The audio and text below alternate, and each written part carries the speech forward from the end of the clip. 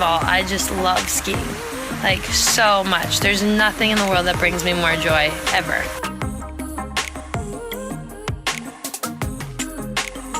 Scared to death right now, but I've got this. Like, I know deep down inside I'm capable of what I'm about to do.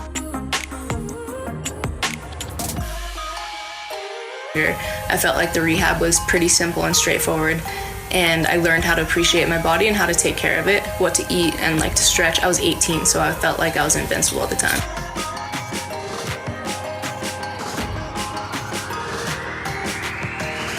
Ladies and gentlemen, boys and girls, welcome to the Athletic Stance Podcast, a skier's perspective with your host, yours truly, Scott Chrisman. In this podcast, I have made it my job to go out and interview skiers at the highest level of the sport, to explore their perspective on life, what shaped and influenced them to become the person they are, and a whole lot more. First, let's take a look at our sponsors, because without them, none of this is possible. Our first sponsor is Northwest Tech. If you haven't heard of them yet, you're missing out. They hand make customizable 3-layer outerwear to order in the Pacific Northwest. And that means you know that it keeps you warm, dry, and looking unique while you're sending it around the mountain. They've been generous enough to give me a coupon code for my listeners. Use the code AOS75 to get $75 off any custom piece of outerwear. Their site is in the show notes. This episode is brought to you by POC. POC makes the best helmets, goggles, and protective wear out there. They've been dedicated to protecting athletes since day one, and I wouldn't wear a different helmet, goggle, back pad, or hip pads. With their spin technology and VPD system, there are no other products on the market that are like it.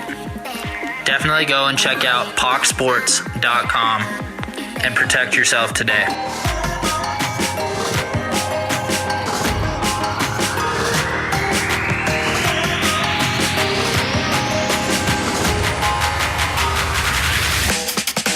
Welcome back to the Athletic Stance, guys. Wednesday is now our official day for the Athletic Stance podcast. I will not be changing my day of the week again. I did so because of Mike Powell doing it on Mondays, and him and I actually have formed an amazing relationship. I'm very stoked. I'm honored that I was on his podcast this week. If you guys haven't heard it, definitely please go check out the Powell Movement and hear a really tough interview for me. My life story and a lot of the mess ups that I have gone through get explored in that episode, and it was uncomfortable, but I really hope that it benefits you guys and that you get to learn a little bit more about me. This week's episode is awesome. I cannot wait for you guys to hear it. I am super excited about this week's guest. He is incredibly talented. He's done some massive things, including set the world record for inverted cliff jump. He's an entrepreneur and a massive environmental activist.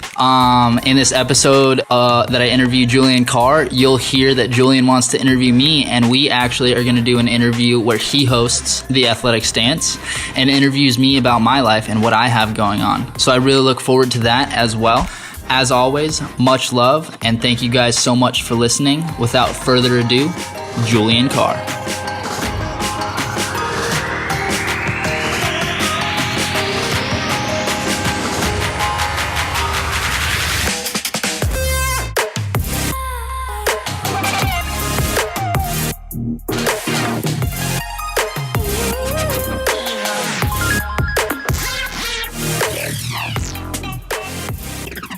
So my name's Julian Carr. I'm a professional skier, and I got into skiing in 8th grade, and I just love skiing. I love being in the mountains, really passionate about it, and I've ended up somehow being that guy that does cliffs. So I have world records in cliff jumping, and I've been in like 7 Warren Miller movies, and I've gotten like Powder's Photo of the Year award. Came in like number 3 in their reader poll a couple years ago, and it's just really fun to be part of such an amazing outdoor community. Yeah, it's been a really fun pursuit in my life. I really just love being in the mountains, like I said. Totally. Can you walk us through how you got into skiing?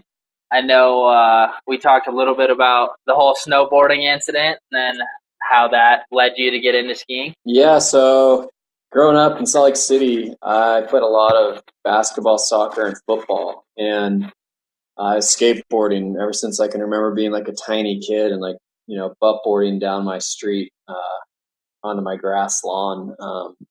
So just skateboarding and team sports were just constant. And then in 5th grade, I tried snowboarding, and we had a lesson at noon, but we could only get dropped off around 9. And I remember my mom like specifically telling me to wait until my lesson. And of course, me and my friend, just couldn't help ourselves. So we went for a run.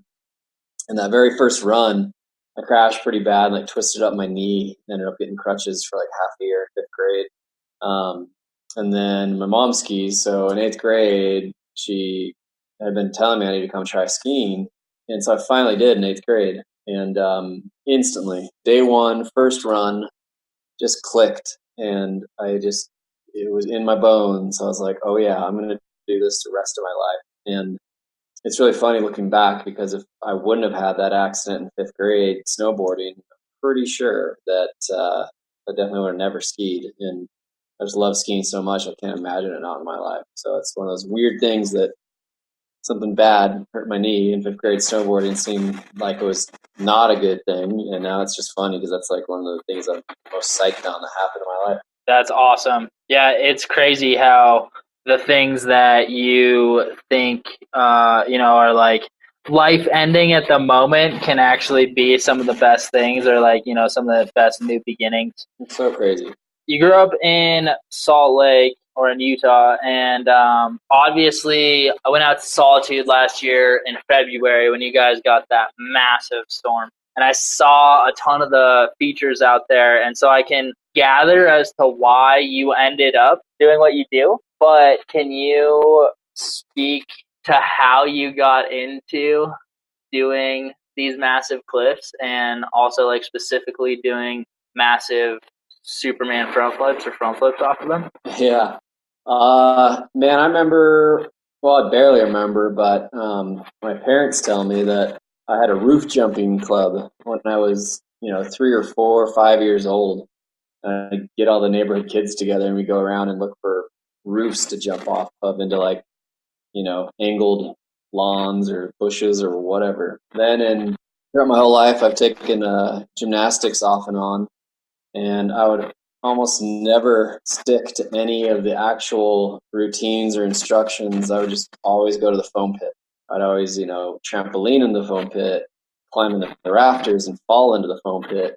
Just anything that had to do with the foam pit, I was all about it. And so as soon as I started skiing, in 8th and 9th grade, like I said, the skiing in itself is like one of the most fun sports you could ever do. And you're in beautiful mountains with good friends. And once you realize how insane snow is, right away I was like, oh man, this is like a foam pit on just the most massive scale you could ever imagine. So essentially, by baby stepping, by getting comfortable with a 5-foot cliff, 10-foot cliff, 15-foot cliff, I've gotten to the point now where I know it sounds crazy, and it is crazy, but I'm comfortable with 200-foot cliffs. And when I see pictures of these crazy cliffs that I do, it's when I'm in the moment, I'm so locked in and focused and at peace and meditating, a beautiful experience. But then when I'm removed from that and then I see the pictures, it's obviously just looks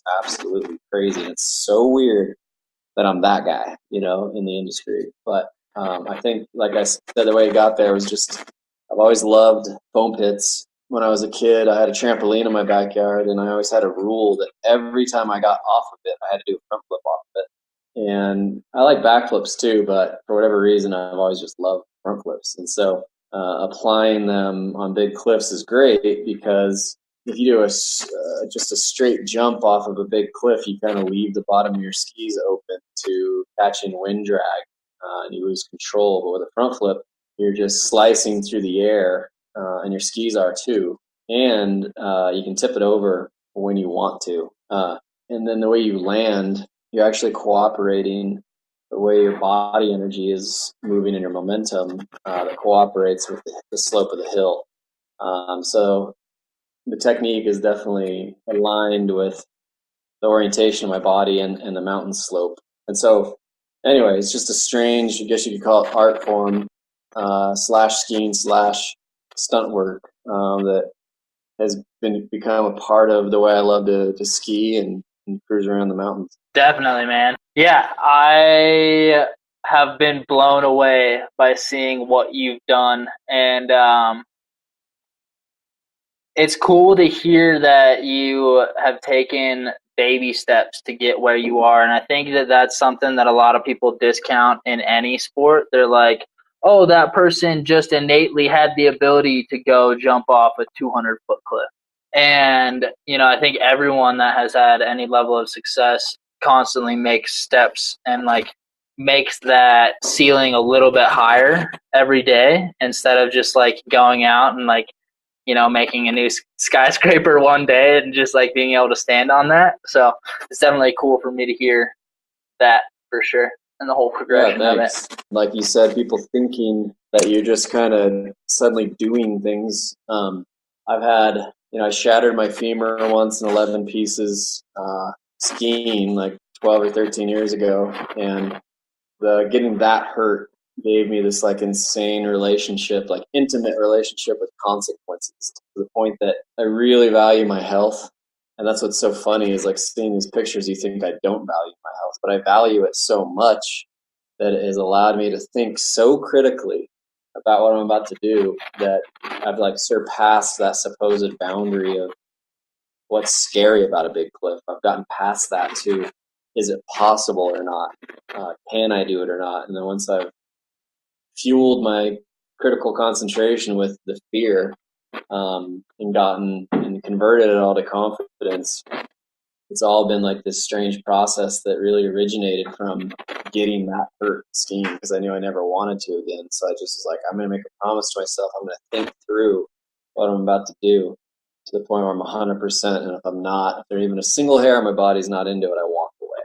Yeah, that decision-making skill is so important, so imperative to be able to trust your instinct and trust that internal voice of understanding today may not be the day for that cliff or for that hit. I think that it's so important in having longevity in the sport. You see people who make massive moves, but it becomes short-lived. They aren't as calculated. Yep.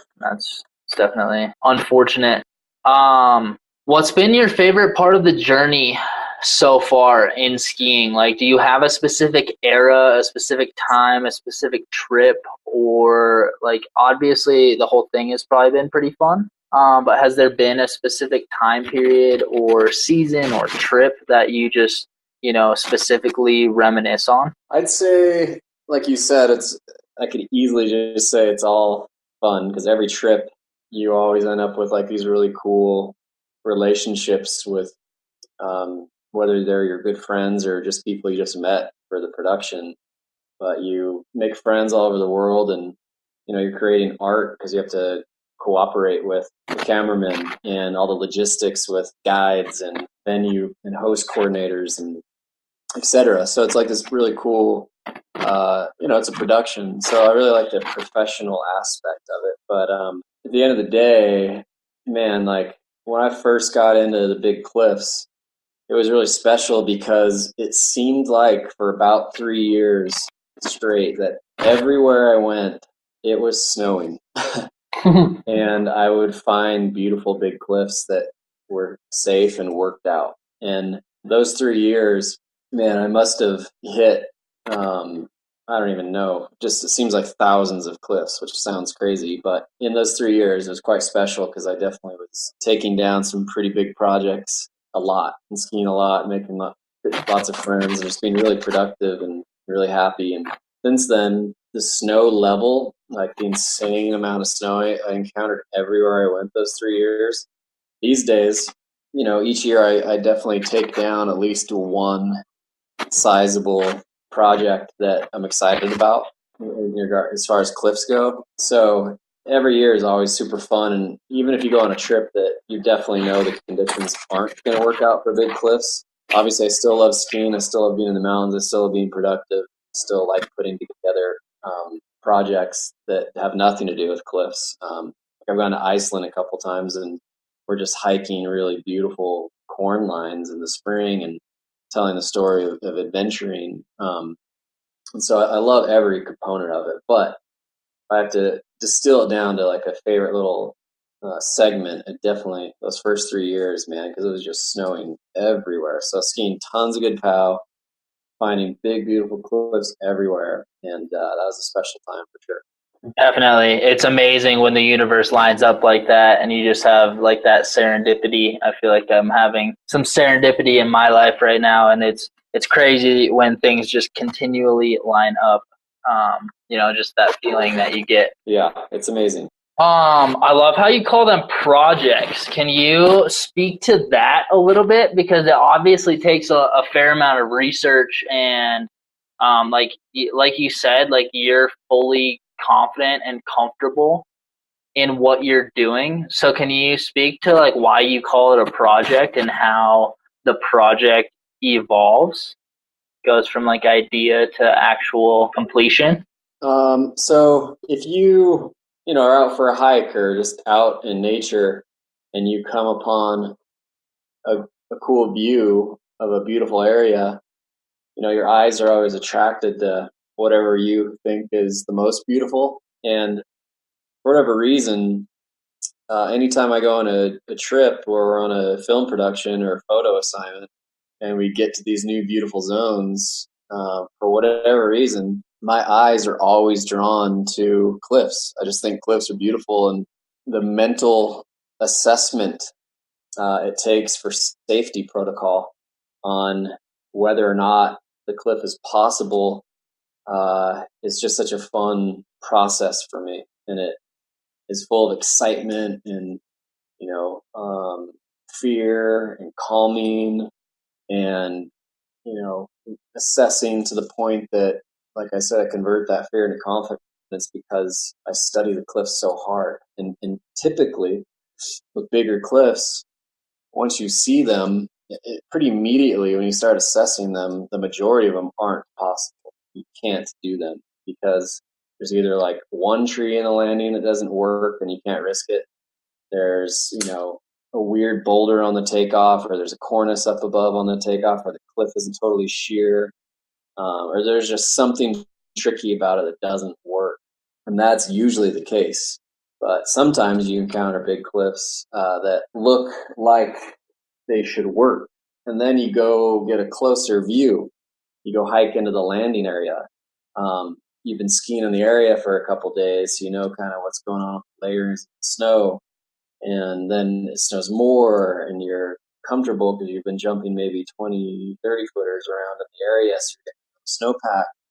And then you go back to that cliff and you study it a little more and it starts becoming more and more possible. And then suddenly it snows, another 2 or 3 feet on the tail end of the trip. And this cliff that was just kind of this side fantasy that you were mildly interested in studying to the point that that's like a hobby of mine because I've studied so many cliffs that never worked out. But part of that process is, like I said, I have an affinity, I have an appreciation. I just think cliffs are beautiful, and I think that snow is amazing. And I think the way I've figured out how to interact with the snow when I land to the point that I don't feel it, and I'm in this deep state of meditation. I know it sounds like crazy hippie stuff or, for, meditating monks or whatever, but I feel like I distill my calmness and start communicating literally with the electromagnetic spectrum of myself and the sky that I'm traveling to and the snow that I land in, that I'm not flowing and I'm so interconnected with what I'm doing, hyper present. And it just sounds crazy, but I don't feel the landing. And I'm in meditation. I'm tapped in, like I said, at that electromagnetic level. And I'm part of like that rich interconnectedness. And that's part of that process of converting that fear into 100% confidence and just completely aligning myself with where I am and what I'm doing and having the right intent. I'm not there to dominate the mountains. I'm there to like mega appreciate where I am and to see what's possible with this. Snow is just incredible. It's this insane substance. And to me, it's like really obvious. And I know most people don't think jumping like 100 feet into water, like off a bridge, that's pretty wild, but completely routine practice. But jumping 100 or 200 feet into snow, people think you're crazy. But if you have the right protocol on assessing your landing, it's way safer than water, like way, way, way safer than water. And the ability to mentally proceed with composure is the difficult part, because anyone can go jump off a bridge and go through the water, but to be in the mountains and to have that kind of mountain fluency and safety protocol with snow and just have spent so much time in the mountains, like I understand why not many people can just go do this kind of stuff. And it's taken me a lifetime of adventuring in the mountains to develop my protocol. I really have a lot of gratitude and humility when I do it, and it's just something I love to do. Dude, I think there was a lot of gold in that, and some people may not be able to appreciate the meditation and the electromagnetic vibrations and frequency that that you're referencing, but I wholeheartedly believe in it, and I think that there's a lot of gold to that in saying that you're not there to dominate the mountain, you're there to appreciate it. From my perspective, and I think that you would agree, but it's that is your way of appreciating it, is to go out and study it and find that meditation and to be in that flow state with that crazy feat. And I love it. I think that's very, very powerful and speaks powerfully to the whole experience. How did you ever get into meditation or mindfulness and just the whole diving into that on another level? When I was, I think 19, it was like my 4th or 5th year skiing, I was snowbird skiing with some guys that had been skiing their whole lives, and they went and took me to this really cool cliff that was around 30 feet tall, and it was way beyond my comfort level at the time. Like the biggest thing I hit was maybe a 10-foot cliff, and they both hit this cliff beautifully, and it was just like a shock to see it and to be in a situation that I just knew obviously it was possible because I saw 2 people do it right in front of me.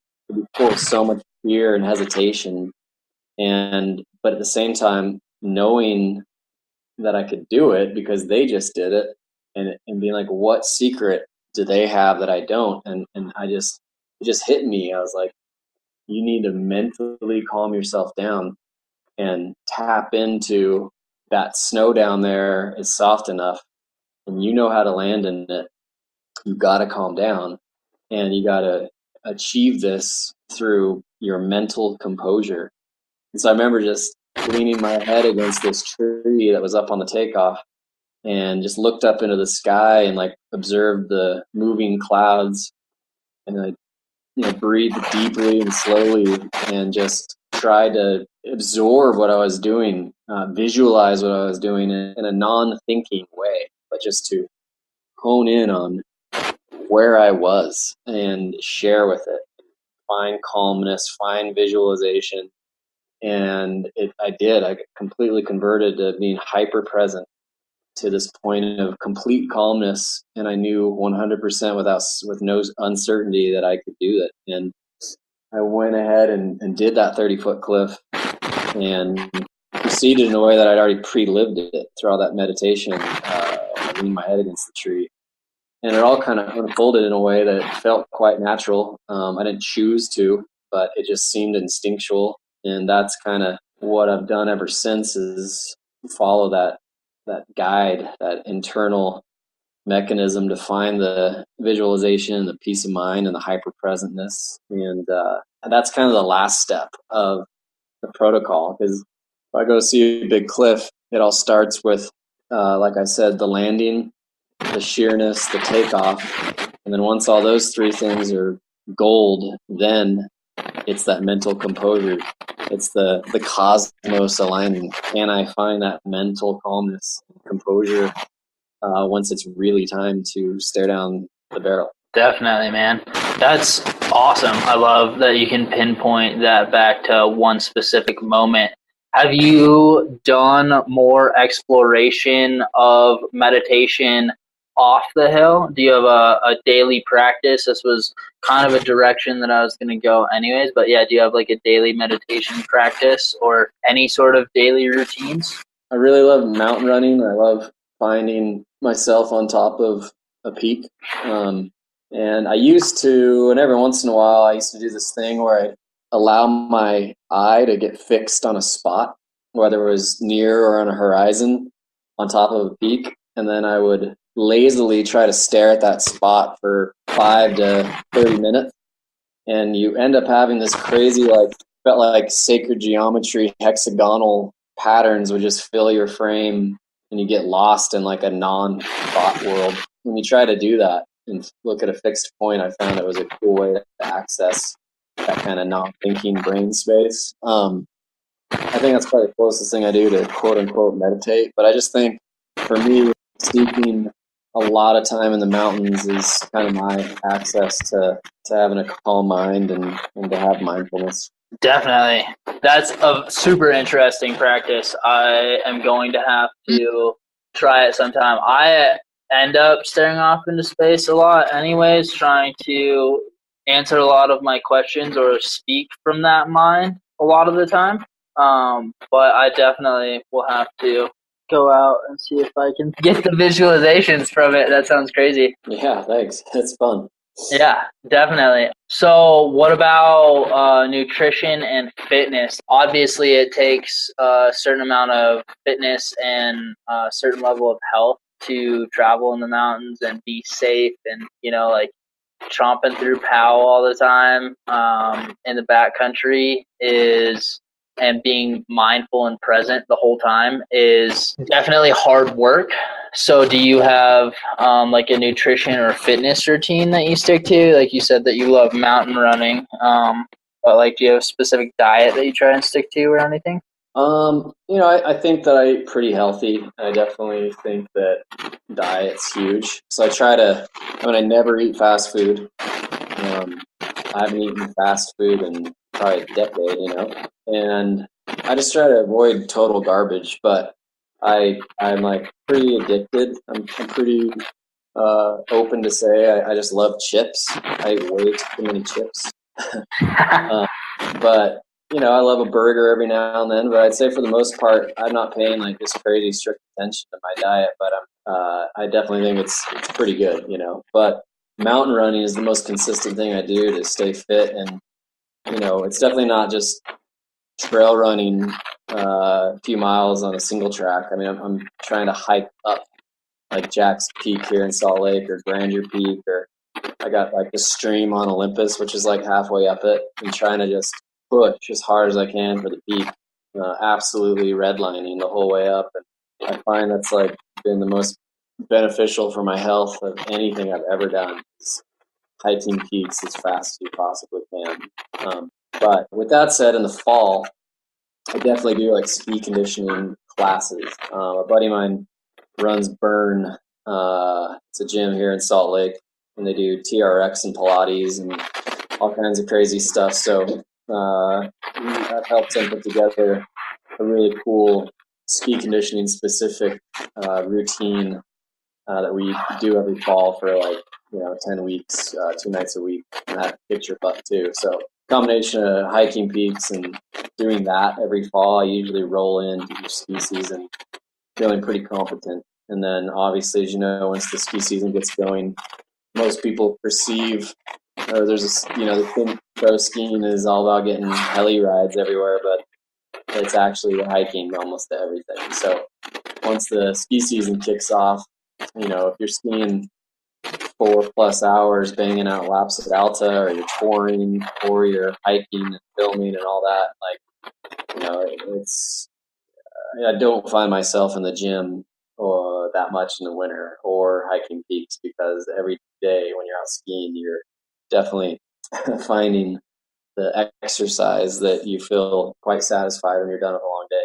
Yeah, definitely. If you're hitting the gym after a long day of skiing, I think you left something on the hill.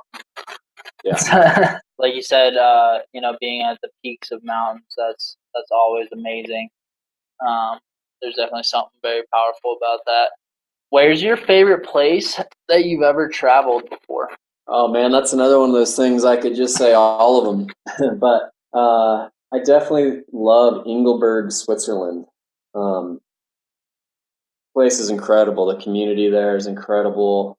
I spent almost a month there, and I've been there like 3 or 4 times.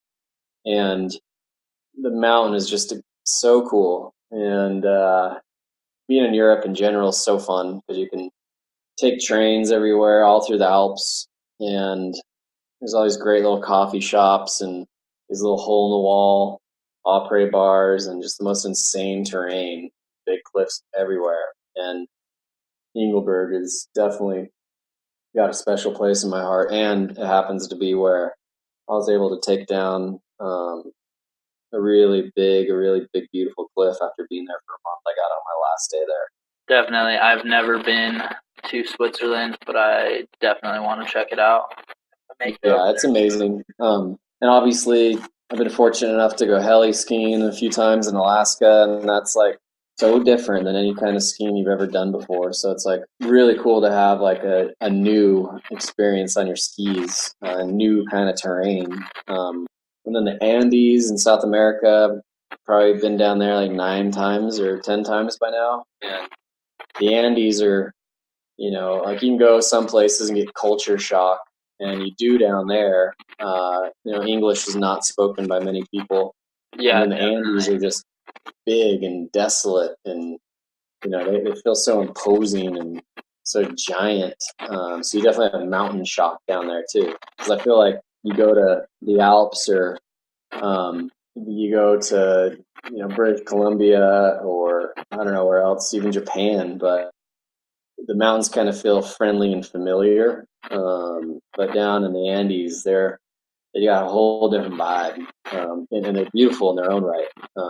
They almost feel like, you know, it's ancient mystic going on, and all these other mountains feel young and like spry and not quite as wise yet. Yeah, I can totally see that with the Andes Mountains for sure. They've kind of got a mystique that I'd say rivals some of the like New Zealand mountains almost. So they just kind of have like that magical vibe to them, and like wisdom to them. Yeah, I'm down. I love it. But it's funny, in the this last year, for the first time in like 7 years, I didn't go to South America in the summer, because I started up a mountain running race series, and it kind of takes all my focus in the summer, which is fun anyway. But I definitely missed getting down there this last year, because I got a lot of fun spots to go down there, and it's been like a fun annual migration. But I know I'll get back one of these days. Definitely. You ever go surfing on any of the beaches down there? Yeah, man. Went to Punta de Lobos, right there by Pichilemu, like 3 hours south of Santiago. Totally. That place is awesome. Yeah, it's crazy. I've been there a couple times. I'm definitely not that good of a surfer, but I definitely put myself out there and at least give her a go, you know? Totally. I got my butt kicked out there a couple times. Yeah, it's really amazing though that you can be. Just a couple summers ago, we went and started our trip in Punta de Lobos and stayed in Hotel Alaya, which is right there on the beach. Beautiful. Sun was out, 60 degrees. They said they hadn't seen the sun in months. Did a week there, and then went to a vineyard an hour to the east. Stayed there for 2 days and drank tons of great organic wine at the Tedich Vineyards, and then ended up in Chian. And skied POW. It snowed a whole bunch. So we like surfed in the sun, vineyards, and then skied insanely deep POW in Xi'an. So Chile is insanely cool. Sounds miserable. Sounds Yeah. awful. Yeah. And that was an hour-long expedition series production we did for Outside Television. And I helped produce that one, and it was a really fun project to assemble all the components, and it worked out great. So I was definitely stoked on that. You can find that on Outside TV. Sick. What's it called? Expedition series. Expedition series. Yeah, on Sweet. Outside TV. Definitely, we'll check that out. I guess we might as well get into this because it's inevitable. Climate change and like the social condition and the ski community and our responsibility and all of that. Like, I'm super inspired by what you did to try and get a Super Bowl ad together. And so yeah, I'd love to hear you talk about that as long as you want to talk, and then just like add in some of the things that I'm doing, and just like some questions or Yeah. whatever you want to talk about on that front. Well, just as a human being, I think that the world's most pressing topic is, I don't even know if it's climate change. I think it's sustainable energy infrastructure, because that is what is always the result of, any climate change discussion, ultimately gets distilled down to, well, what needs to happen is sustainable energy infrastructure. So although I'm passionate about quote unquote climate change, it's sustainable energy infrastructure that I definitely try to stress, because from being passionate about climate change and sustainable energy infrastructure, it's like, I just want to be educated on it, because like I said, I think it's the most pressing topic of humanity.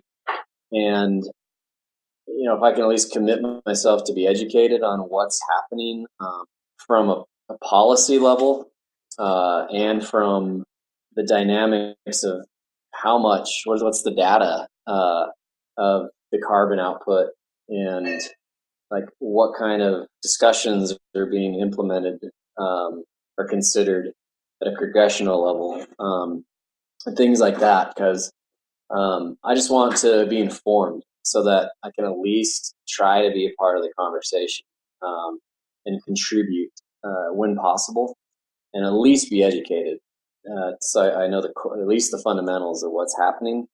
Because I feel like, unfortunately, taking that first step of at least just wanting to be educated is daunting, because it is so complicated.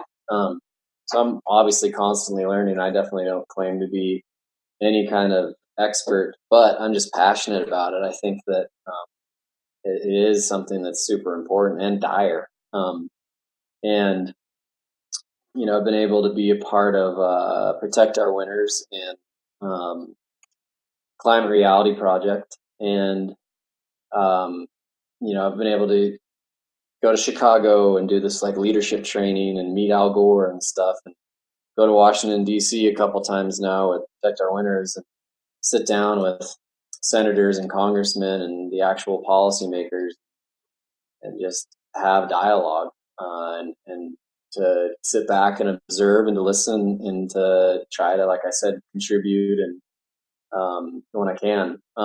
And over again, when I've been sitting in on even great retreats that Protect Our Winters has put together, they'll have amazing speakers, some of the world's leading climate scientists, and researchers, and a lot of what almost all of them unanimously are like, yeah, like our voice, our messaging is not heard by the masses. Like, we're all good at putting together this data, but as far as it reaching the masses, we need help. So I was like sitting in on one of these meetings, and I was like, man, all these scientists should like form a collective and get crowdfunded to have all their data put together in a pop culture relevant manner by like a huge ad agency that does like Super Bowl commercials and get crowdfunded to like get their data out in a cool way during a Super Bowl, like in a commercial, and just get crowdfunded, have it be backed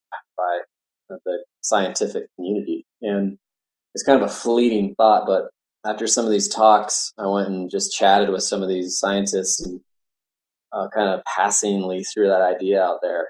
They were all like, "Oh yeah, we'd be all about that." So it was like a week later, I initiated a few discussions and realized that I was like, you know what? I should probably just put this thing together and at least get backed by the two scientists I just talked to. So I emailed them and I was like, hey, I want to put this whole thing together. Will you guys endorse it?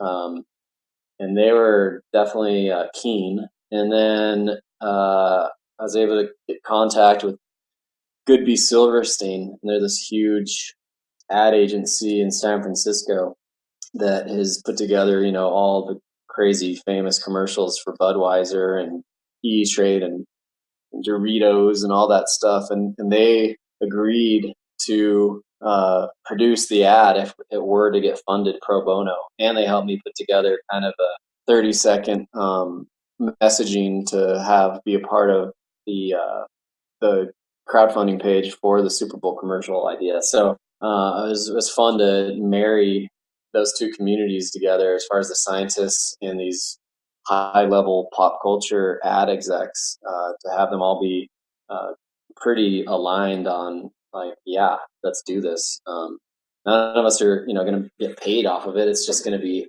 something that we feel like is a good public service announcement. And I just feel like, there's only so much that people become mute. They don't want to hear a professional or a scientist telling you data about how dire things are. Like, people just turn the channel for the most part, or they just never see that information anyway. So I was like, man, how can we create messaging that not only will reach the hugest audience of any TV event of the year, but there's so much people and media that talk about the Super Bowl commercials afterwards. It's, the more people watch the Super Bowl for the commercials than the Super Bowl itself these days. And if we could have it produced in a manner that was witty and would actually engage people's thought processes and explain what is actually going down on this planet, I just think it's needed. And I put the idea out there and I only had like 11 days to get $5.5 million. And we got a lot of support from it, and we got a lot of I was pretty surprised how much we did get just from the passionate community I was able to rally. And I just realized it's a visibility thing. So I have no doubt that it could be a successful campaign with a little bit more time and a little more pre-strategy. Because all it takes is like a Leonardo DiCaprio or, Paul Nicklin with Sea Legacy and like the Jimmy Chins and Chris Burkhards to talk about it. We had a couple thousand people that put down $50 or $20, and we can just multiply that, the visibility factor. I know that we could easily reach that goal to put a great message in front of the biggest audience in humanity, Definitely, man. I applaud that effort like so much. Super inspiring for me. I just started working on a project right around that time to plant 1 billion trees and educate 10 million students about their carbon footprint. And this is actually the first time I'm talking about it on the podcast. Earth Day is coming up here, so I might as well start talking about it. And, ultimately, the whole goal behind that is to inspire kids to look at business regeneratively and just life regeneratively, like not only sustainable, but also regenerative, which I think innately pretty much means the same thing. But yeah, like something that I was thinking about the other day is like we could plant a bunch more trees and we could make the earth back to normal But if we don't change the mentality that humanity is living by and the business structure that is at the core of, the energy systems and everything, then, I don't think we're ever going to have a true change in society. Like if we always have planned obsolescence built into products, then we're never going to have sustainability. And so I think it comes down to also changing like those sustainable energy systems, but also changing just the way that people think, which is what you're trying to do with that commercial, is to, just create awareness. I think the precursor to experience is knowledge or awareness. Like you don't know something's possible until you know that it's possible. You know what I mean? Or you don't know that it's there until you know that it's there. Like if you haven't seen it your whole life, then you don't know about it. And so bringing awareness, that's huge, man. And I applaud that effort hugely. Respect that a lot. What specifically with the sustainable energy solutions, which ones are you a big champion for right now, or are you still like educating yourself? And also follow-up question to the education side, how are you educating yourself and where are resources that others could use? I think we're at a pretty cool moment where sustainable energy industries are booming and job creation's off the charts. The cost of a lot of these energies are going down and down, way more than they could have ever expected. Solar's huge, geothermal's huge. And I think that somehow, some way, through, market correcting, whatever is going to be like the most interconnected way to get the sustainable energy grid going is obviously a ways off because it's so complicated, right? But there's so much VC money. The greater investment community is putting more investments into sustainable energies than coal or fossil fuels for the first time in history, which is insanely cool. So like there's all these great things happening, and obviously the people that are at the helm is, like you said, a lot of corporate greed, really, and it's distilled through stakeholders' profit. Like market economy, capitalistic society. It's all defined by, are you successful? Are you growing? And unfortunately, it's by being creating as much profit and wealth for the shareholders as possible. And there's this huge also awareness thing that's going on, showing how corporate influence really dictates a lot of public and government policy. And that's probably the most frustrating part, because the people that are at the helm have, hundreds of years of these built relationships of a very complicated Capitol Hill communication flow and policy change, that sustainable energy has a huge obstacle, you could say, that is in its way. That's the hard part. We live in a society and that's defined by if you consume more than you did than the year before. And there might not be anything wrong with consumption, but if you're going to define contentness as failure, then that's a big problem. And that's the funny thing too about when people think about what they can do about this topic.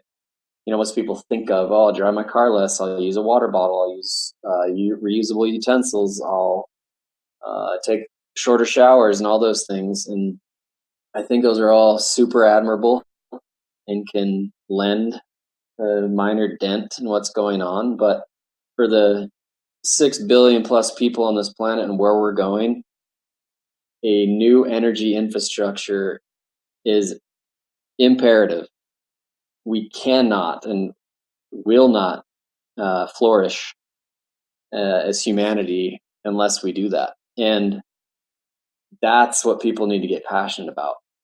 Like, yes, taking a shorter shower is awesome, but you need to get super passionate about not accepting the current infrastructure and just turning a blind eye to like a giant corporation like Starbucks not using recyclable cups. That's crazy. There's plastic bags. I read a stat the other day that 143,000 plastic bags are being discarded or used, every second. That's crazy. And it says only 10% of those are recycled. So it's like this thing that humans have been so brilliant for so long, but we're all short-sighted on our brilliantness. When people invented plastic, they didn't know it was going to lend to giant floating plastic garbage in the ocean the size of Texas 70 years later. They didn't know it was going to lend to, the criminalization of something like hemp that can build and maintain all kinds of things that plastic just pollutes and crushes and kills. It's like there's so many things like that it's so overwhelming when you start kind of looking behind the curtain at what the problems are. But like I said, almost all of it is distilled to corporate influence and shareholder profit, and doing it in a way that, that's trillions and trillions and trillions of dollars we're talking about. And we're the world's superpower. And unfortunately, that new energy infrastructure has a huge beast of an opponent. And that's not just companies, it's the way they influence the way policy and decisions are made about these types of things.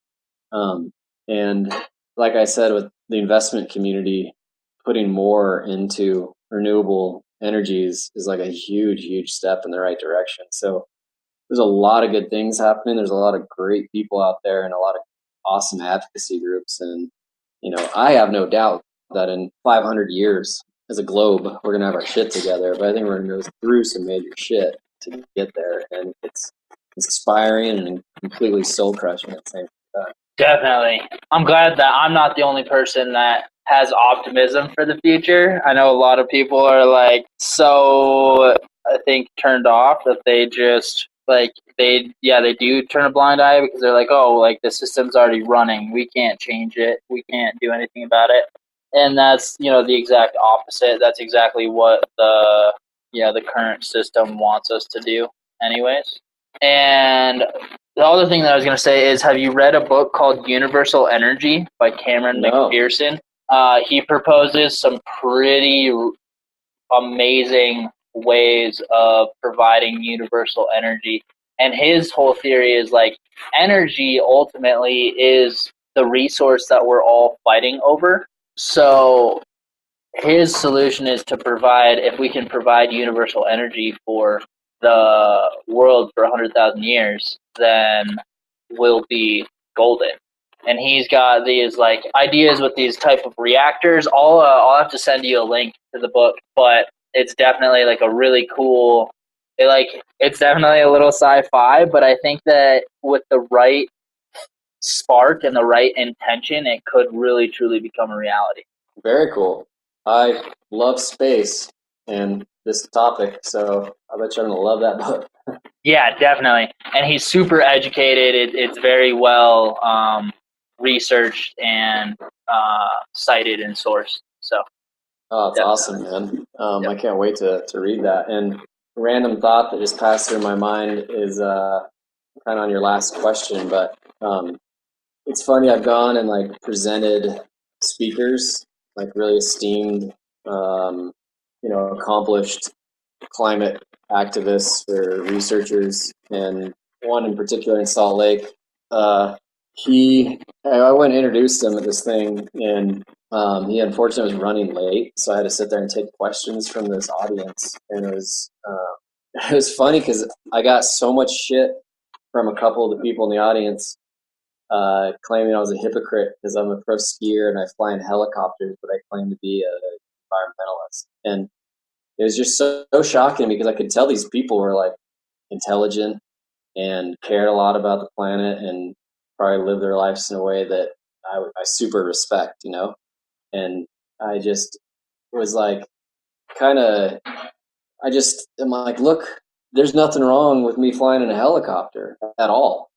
I mean, it's not, it's what fuels the helicopter. Like, that's the whole point here. Like, people don't need to think that they can't fly in a helicopter.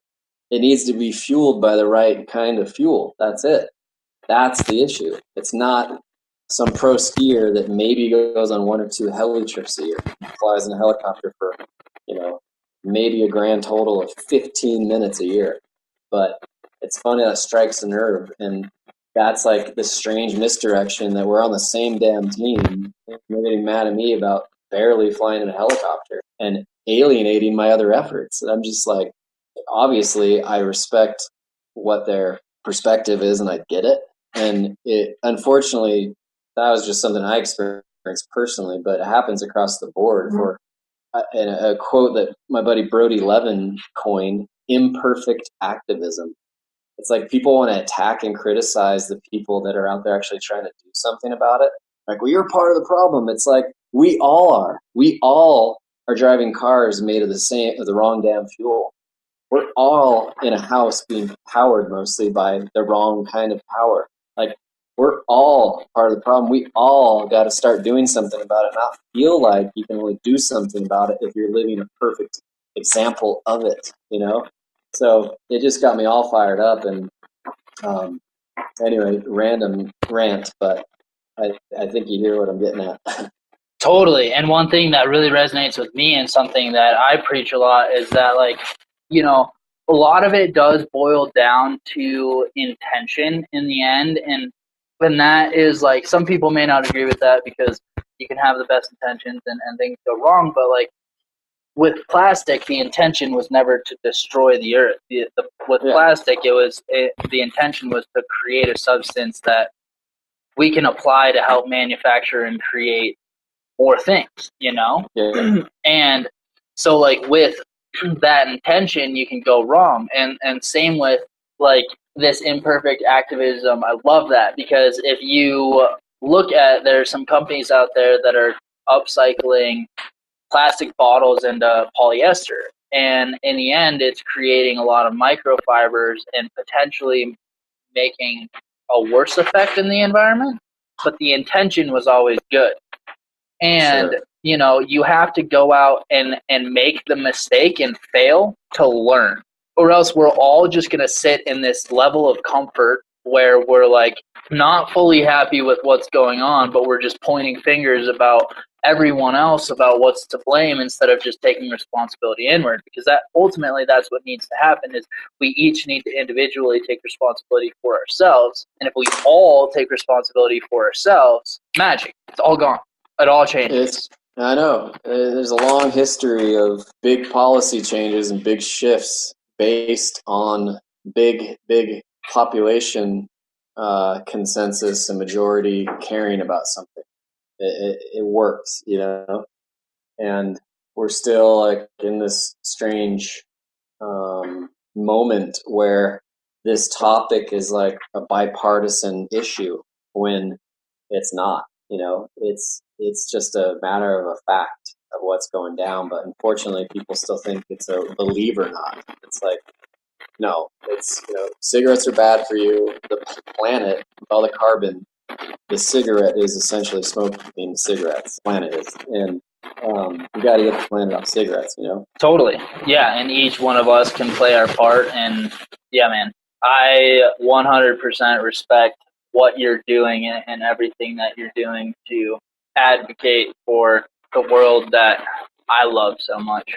Yeah, I agree. And I heard a crazy thing the other day that if you took all the entire population of the world and put it into a place as concentrated as Tokyo, it would only be the size of Texas. So even though there are a lot of people on the planet, that to me was pretty staggering in the sense that it also made me realize there's not that many people on the planet. If we can put everybody into a place as big as Texas, as populated as Tokyo, there's a lot of space left in the world. So I have no doubt that we can sustainably exist with this planet and care about the ecosystem and all the other wild animals that call it home. But we living in absolute ignorance at the moment. And we're at the mercy of our primitive technologies that were intended to do good. We're all now living out the long-term fallacy of what all this brilliant invention and explosion of everything was for the last 1,000 years of mankind. So, we're on this next shift of figuring out what this next era is of problem solving, a giant problem. But the corporate steering and navigation and that being the only interest can't last too much longer. There has to be a way to have it all be balanced out. Like I said, it's going to be a wild next 500 years, but I think humans are brilliant enough to figure it out. And I know Mother Earth is, that's for sure. Whether or not humans are around, that's also a possibility, because sometimes I think of like big cities and giant, like if you get a scab on your skin, your body knows how to shed it and create new skin, So sometimes I feel like humankind and these big cities are like giant scabs on Earth, and Earth definitely knows how to take care of its skin, So it's funny when people think about the world ending and peril and apocalyptic, all that stuff. It's like, there's fine. There's always going to be fine for a long time. It's just, are we going to be okay? I don't know. Definitely. Yeah, that's always like a daunting thought, because it's so true. Like, the earth is so powerful, so ultimately powerful. And I've never thought about it like a scab like that, but it definitely knows how to heal its surface and just heal itself.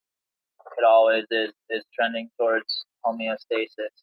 With what we've been talking about, so policy, education, advocacy, using your voice for good, those are all ways that you can help the the movement.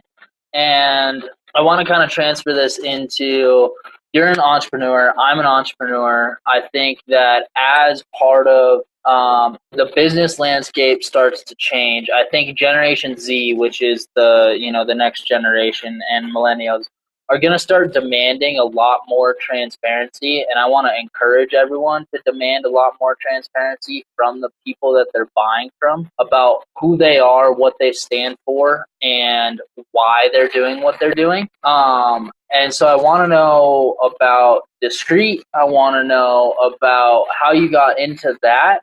And then also like the entrepreneurial journey and how you might see the entrepreneurial, sustainable solution ventures and just the entrepreneurial community possibly being a contributor to that side, because I think impact-driven entrepreneurialism, or like social capitalism, is inevitably going to be the new economic structure way down the line, maybe sooner rather than later. But yeah, I'd love to know more about Discreet and how you came on her and all that. Cool. Well, I mean, right off the bat, as far as like entrepreneurialism helping shape the landscape of the way we all cruise around, but I mean, right away, I think of Uber and Lyft.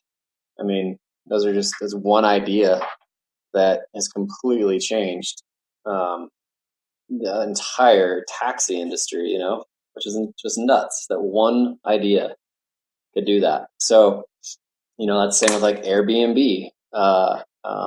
It's just crazy to think that even like all the cool laws of physics that we think are constant, and just like these things that we know as humans, that like came from like Edison and Einstein, and like such a small number of brilliant thinkers have like shaped our universal like truths that we see as a society, and for a while there we thought the earth was the center of the galaxy. For a while there we thought the earth was flat. For a while there, what are we right now completely not aware of, and it's built on the back of a few people having ideas, and then it becomes reality for everybody. And I think in this day and age now, anything that can have that big of an impact, it's oftentimes going to be a business. And that's pretty exciting, And for myself, like with Discreet, I just found that when I first got into pro skiing, I saw a few of the older guys retiring and kind of not knowing what to do next. So I was just like, I got a college degree. I'm pretty fired up on that. It's a nice peace of mind. I'm starting to be pro skier. The shelf life as a pro athlete is definitely not in a huge extended window. So what's my next thing? And I've always been infatuated with ideas and companies. So I started Discreet around the same time I was a pro skier with no intention of making it into like a bona fide business right off the bat. I was like, I just want to create something. Down the road, I'll convert it into a business. So by the time I'm getting in the later years of my career as a skier, I'll have something else going on that interests me and I find satisfaction in a nice, fun, creative outlet. And so that's essentially what unfolded for Discreet, and it is another fun, creative outlet. It's really fun to be passionate about design and colors and fabrics and then the mechanics of a business, like learning all the fundamentals of what makes a business operate. And there's a lot of moving parts. There's a lot to be aware of. And, it's really fun and really challenging. I always say it's very rewarding. It's equal parts rewarding as it is challenging, all the time. That's what I try to like. If people ask what having your own company or being an entrepreneur, all that stuff, what it's like, I always just say that. I would say it's equal parts challenging as it is equal parts fun and so from Discreet and just having another way to express and be creative. It's the same thing with the mountain race series that we have going on now. It's just being on those same peaks that I am in the winter and the summer and rallying a crowd to come enjoy it. Because in the trail running scene, most mountain races are ultras. They're all like, 100-mile ultras. And that's completely admirable. But it's also for the very elite. And there's so many people that are so capable of climbing a big mountain, they don't even know it. And that's what's so fun about our races is that it's all inclusive. We have all walks of life, ages 11 through 67. Pro athletes, Olympic athletes are there. Lots of guys like me and you, and then tons of people that didn't even know they can climb a mountain. And then for a race to make sense for all those types of walks of life is like so gratifying. And we're going into our 4th year of the races, and we have them now in 4 states. And it's been really cool to have this community that's really really having fun at the races, and it really motivates me to keep throwing great races and to just at the end of the day have another reason to celebrate being in the mountain. Definitely. Do you have any out here in Colorado? Yeah, we got one. We expanded last year to A Basin. We're coming back, so we'll be on August 18th. So you should definitely try to come out. I will be there. If I'm not there, you can call me out on like social media, or you could do something. I'll give you like a picture. I'll email you a picture of me that's embarrassing. And if I'm not there, you can post it. I love it, man. Yeah, man, I'll be there, assuming that nothing, out of my control happens. That sounds like a blast, man. I love trail running. I love running in general. Awesome, man. Well, you'll love it because we go from the base of the mountain there in the village, and then we head up the right side, like straight up the mountain until we hit that ridge. Yep. And then go up to the North Pole, out up to Little Lenawee, and then come down left side through the single track. So it's only a 6.8 mile race, but has 2,700 vert, and it just completely whoops your butt. But then you're done in a couple hours. Dude, I'm in. Yeah. I'm stoked. It sounds awesome. I've got a friend who wanted me to do the Grand Traverse, which is 50 miles from Crescent Butte to Aspen. Gnarly. Yeah. Isn't that coming up? So we just had the snow version of it about a couple weeks ago, maybe 3 weeks ago now. Can't believe it's already this late in April. Time's flying. And then the summer version is probably a month after your event, something like that. Cool. You'll be ready then. Yeah, I don't know. I don't know if I haven't committed to that one yet. I broke my tibia here about 3 weeks ago, so Got it. I'll be good for a Congrats. short run, but 50 miles, that might be a little, not calling yours short, but shorter than 50, that's for sure. Yeah. What's one piece of advice you'd pass along to someone who wants to do what you do, whether it's the entrepreneurial side of things, whether it's kind of being like an influencer and advocate for the environment, or whether it's being a crazy mofo that's jumping off of massive cliffs? I just say, I think I got into it earlier about expanding comfort zones, but it's just, find your footing. Don't think that you have to have some level of parameters to define whether or not you're qualified or to, provide confidence to proceed with whatever it is that you're thinking about. Like, find your footing and start developing that comfort zone. When I dove into business, I literally was in a meeting at a trade show, and this awesome dealer was like really stoked on the product and was like, "Hey, what terms do you offer?" And I literally didn't even know what terms meant. I didn't know that meant when do we have to pay. And obviously I figured that out real fast. But I always confront things I don't know what it means, and I always have to call someone else that I know that is in business, or just Google it or whatever. But it's like, just get out there and start finding your footing in whatever you're passionate in, whether it's climate change advocacy or trying to lead an effort. Like, you don't need to have some level of accreditation. Just go out there and get it done. You don't have to be this perfect activist. Be imperfect and be proud of it.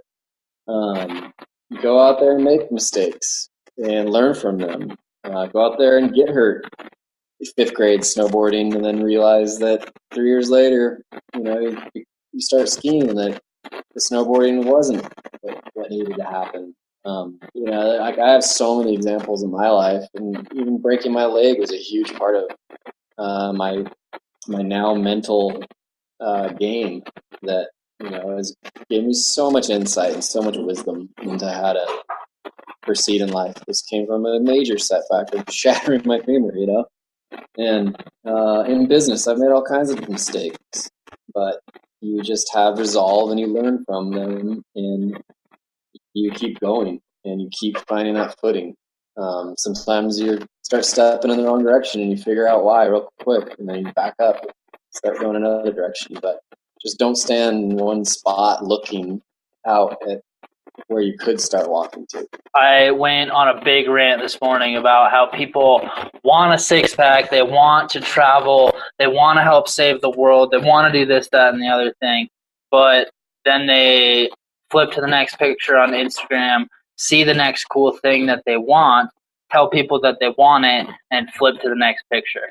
Like, that is the amount of action that gets taken on, a lot of those. And I love that, because pushing past your comfort zone, if I didn't push past my comfort zone, it was super funny. I was muted while I was eating some chips, because you talked about chips earlier, and I'm a big chip fan. I was muted because I was eating some chips, and I was realizing how comfortable I was on this conversation with you, who, like, you're someone that I've seen in the industry and someone that I've idolized for a long time. And if I never took the steps to get comfortable interviewing Lexi DuPont and, being really nervous interviewing her first thing, and then continually reaching out, I wouldn't be speaking to you today. And I feel 100% comfortable to the point where I feel I feel it's less intimidation, and it's just honor and appreciation to get to talk to you. But it's not like this whole massive thing, and that imperfect action is what has led me there. Because if I didn't fail at a couple things, and sometimes the audio for the podcast is bad, and sometimes I got a bad review saying that I talk too much about myself, and I took that really personally at first. But it's funny, because in the end it really is it's not that big of a deal, and those haters or whatever aren't that big of a deal, and really the ultimate success is the fact that the podcast has become, such a big thing. And so, just throwing myself out there is a living example. And same with, I broke my back, and the biggest decision that I made was to become grateful for it. And by doing that, that led me to the entrepreneurial journey, which has led me to this podcast, led me to some of the most amazing friends I've ever met in my life. And without that, I wouldn't be where I am today. But in the moment, was it painful and a struggle? And did I see all of those things? Definitely not. Yeah. I hear you. I'm right there with you. If you could have one significant impact in the world, what would it be? I think, I don't know. That's a tough one. I like to think, I think that, it's a strange question because you want to be like, it's like how to proceed to answer that in a way that you feel like, to me, I'm just like, man, just be kind to others and, try to infuse a message to the way you live that, be assertive and be kind. That'd be like, I guess, not anything I want people to remember me by, but I think if I can try to relay something to anybody is like, be kind and be assertive. And the mixture of the two is a great way to proceed. And if you're happy and healthy, that's what's important. Totally. Love that. For sure. Where can people find you? You can find me on Instagram at Julian Carr, and you can also find Discreet on Instagram, which is discreet, and you can find Cirque series on Instagram, and it's Cirque series, and that's probably the best place to follow along with any three of those endeavors we got going on. Perfect, man. Is there anything else that you want to say? I think we did it, man. Thanks a ton for having me on, and I really appreciate it. And I think everything you're doing with your podcast is great, and I think your questions are awesome. And I think that I found it fascinating to hear what you're up to. So at some point, someone needs to interview you on your own podcast. Well, maybe I can put you up to the challenge of interviewing me. Perfect, man. Game on. Sick. Sounds good. Maybe we can do it in person in August. Hopefully before that, because I have so much stuff going on. But yeah, man, I'm super excited about everything, and dude, just forming this relationship and seeing where it goes. Cool, man. Well, likewise. Definitely appreciate it, and excited to see you at A-Base in this August. Yeah, definitely, man.